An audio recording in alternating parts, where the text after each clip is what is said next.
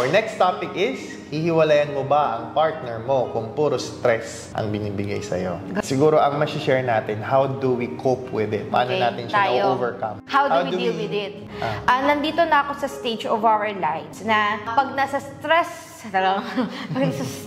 talaga ako sa kanya. Wala sa stress ako, ano pa ginagawa ko? Tumatahimik na ako ngayon. Kung dati sinasalubong ko, ngayon nasa stage na ako na tumatahimik. Deadma. Ginagawa ko na lang yung productive yung araw ko. Kesa yung magmukmuk ako.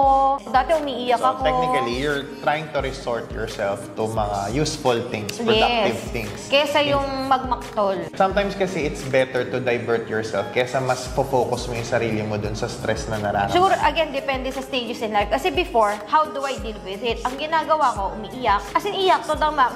Ikaw tulog ka na mahimbing na yung tulog mo. Ako nagpamaktol pa madaling araw na bumugto yung mata. Ganun ako mag-deal noon. Ngayon, iba naman ang pag-deal ko ngayon. Yun na nga. I make myself... You learn to control yourself and overcome yung emotion, sensitivity mo sa ganung bagay.